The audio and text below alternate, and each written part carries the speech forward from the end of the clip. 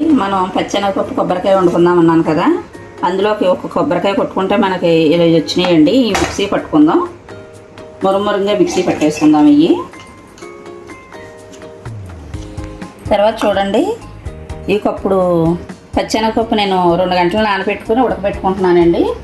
ఇది ఒక 10 నిమిషాలు అలా ఉడకాలి, 10-15 నిమిషాలు ఉడకాలి. మళ్ళీ చూపిస్తాను మీకు, దూరంగా పడుతుంది. చూడండి, పప్పు ఇలా ఉడికిపోయింది. ఇలా చూసుకోండి, ఉడికిపోయింది. ఇప్పుడు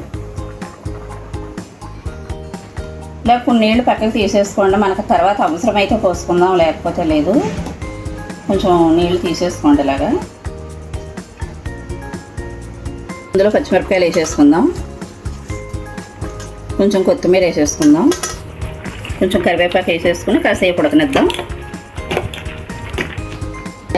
5 నిమిషాలు ఉడికించుకున్నాం కదా, ఇప్పుడు కొంచెం పసుపు వేసేసుకుందాం.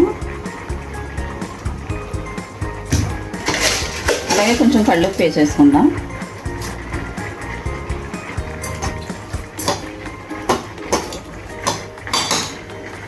ఆ తర్వాత ఇలా కొబ్బరికాయ కూర పట్టుకున్నాం కదండి, ఇలా మురుమురుగా ఇది వేసేసుకుందాం.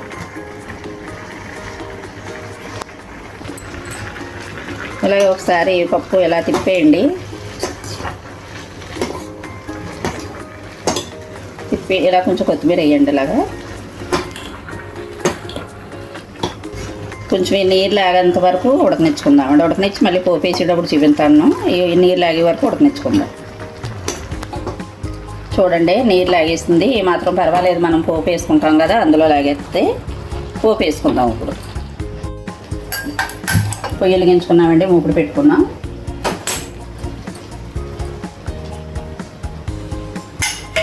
ఎల్లుల్లిపాయలు వేసేసుకుందాం.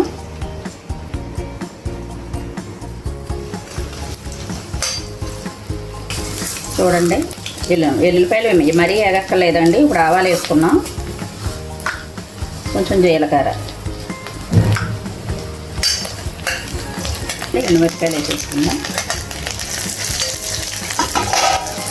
కరివేపాకు వేసేసుకుందాం.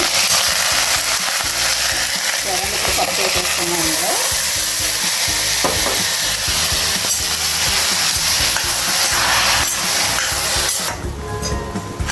చూడండి, పోపు వేసాక ఒక నిమిషం ఇలా కలుపుకుందామండి. అయిపోయింది, ఇంకా స్టవ్ ఆఫ్ చేసుకుందాం.